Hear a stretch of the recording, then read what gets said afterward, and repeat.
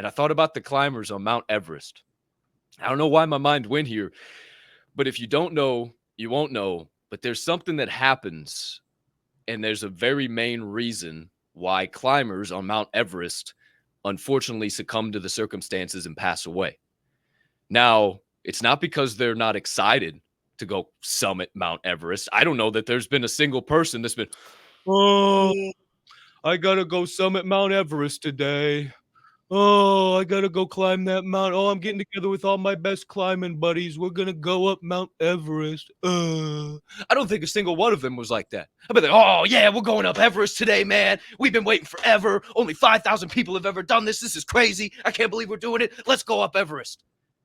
And as they start going, yeah, it might be a little cold, but yeah, you can handle a little cold. And yeah, there might be a little lack of oxygen, but you can bring along an oxygen tank. What kills people who climb up Everest is not even going up to the peak.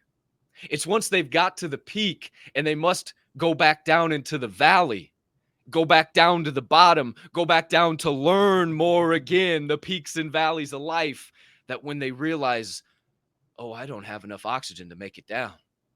Oh, we don't have enough daylight to make it back down. Oh, I don't have enough energy to make it down. I've wasted all my energy shouting from the mountaintop, showing the world I'm on the peak. That, oh no, I got to go back to the valley. And as they begin their descent, many climbers sit down. Many climbers say, oh, whew. Oh boy, what a trip. I'll take a little break. And the moment they sit down, frostbite sets in. A disease that I can't even think of the name right now because I'm blanking, it sets in. And they literally become an ice cube. And they're never able to stand up again. The moment you sit down on your climb, the moment you stop, the moment you succumb to the wrong things, doing the right thing of climbing your mountain, but the wrong thing of the cold, the lack of oxygen, the lack of light, the lack of people, the lack of support, the lack of drive, everything, the wrong things are happening. Don't you dare sit down, because the moment you sit down is the moment you freeze up and die. Don't pack it in. Keep climbing. Find your next mountain. Find your next peak. And you'll hear this quote or you read this quote. Know that the valleys of life will teach you things that the mountaintops never could. So be comfortable with the valleys. Be comfortable with the peaks. Hell, at the end of the day, just become comfortable being uncomfortable. Who's to say, who's to know? Not trip any triggers over there, Swirl One. Yeah, you expressed the fact that I really don't want to go climb Mount Everest. I'm just going to say right there, I really don't want to do that. So let's start there. Hey, I'm good watching it. And there's a lot of other things that a lot of people haven't done. I'll do those things. You fucking kill me. I'm just going to say.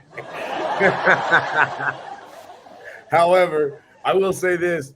Every one of those people that climbs Everest and ends up an icicle was a driven person. They all tried something. They all wanted something. Hell, most of them kissed their families goodbye as they were leaving, knowing that they were going up there after months and months of training and altitude and all the different things. They know it's coming. They're prepared, they think. However, it does take a certain person to keep pushing and not sit down. It takes a certain person to understand that, you know what? This is not easy. It's not going to be easy. I'm going to go up there and I'm going to literally be fighting for my life on a daily basis. Wow. Hold on. Isn't that funny? We should be fighting for our lives on a daily basis all the time. We should always be out here fighting for the better. We should always be trying to push forward, do the best we possibly can.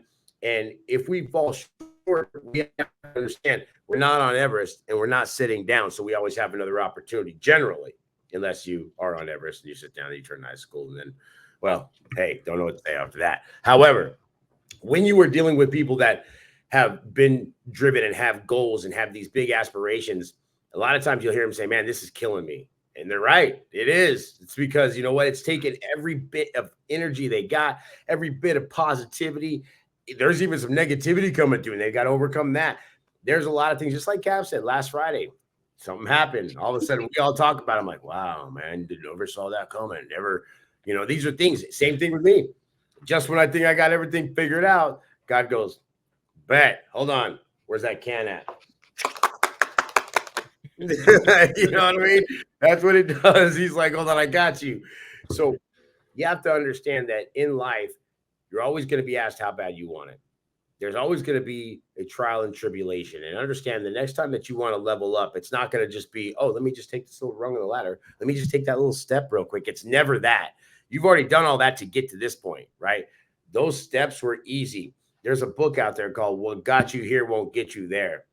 And it's a very important book because it has right on the front, it's got a picture of a ladder and the guy's trying to reach the ladder going up the rung. But you can see he's hit a couple of them, but the next one's way further. So you have to understand, like, the skills that you learn to get you to this point only can get you to this point. The skills that you learn as you go forward will help you move to that next level. And sometimes those skills come masked as problems, tribulations, things you never seen before. Maybe a letter, maybe an email.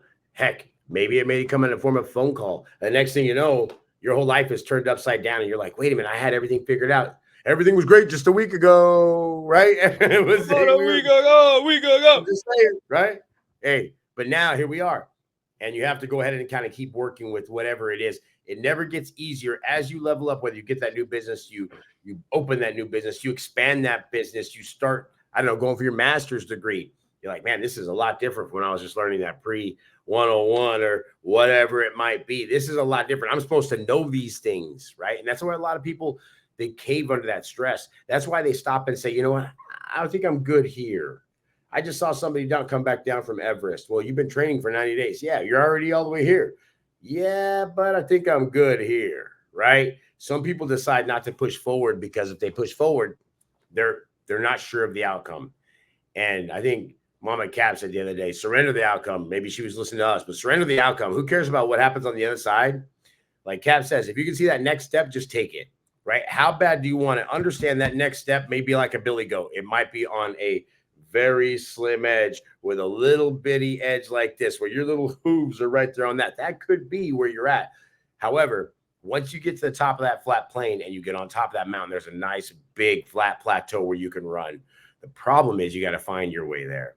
You found your way to the trail. Now you got to find your way up it. How bad do you want it? Are you going to be able to stick to that side nice and easy? Or are you just going to look down and give it up? There's a lot of people. That's one thing about, and we talked about free climbing before. There is no do not in free climbing. You pick your route. You start moving. If you start to get, I don't know, balmy, sweaty, uncalm, any of those things, there is no recourse. There's no rope to catch you. There's nobody there to grab you. There's no net on the bottom. You literally have to have that single focus. Can I see the next handhold? Yes.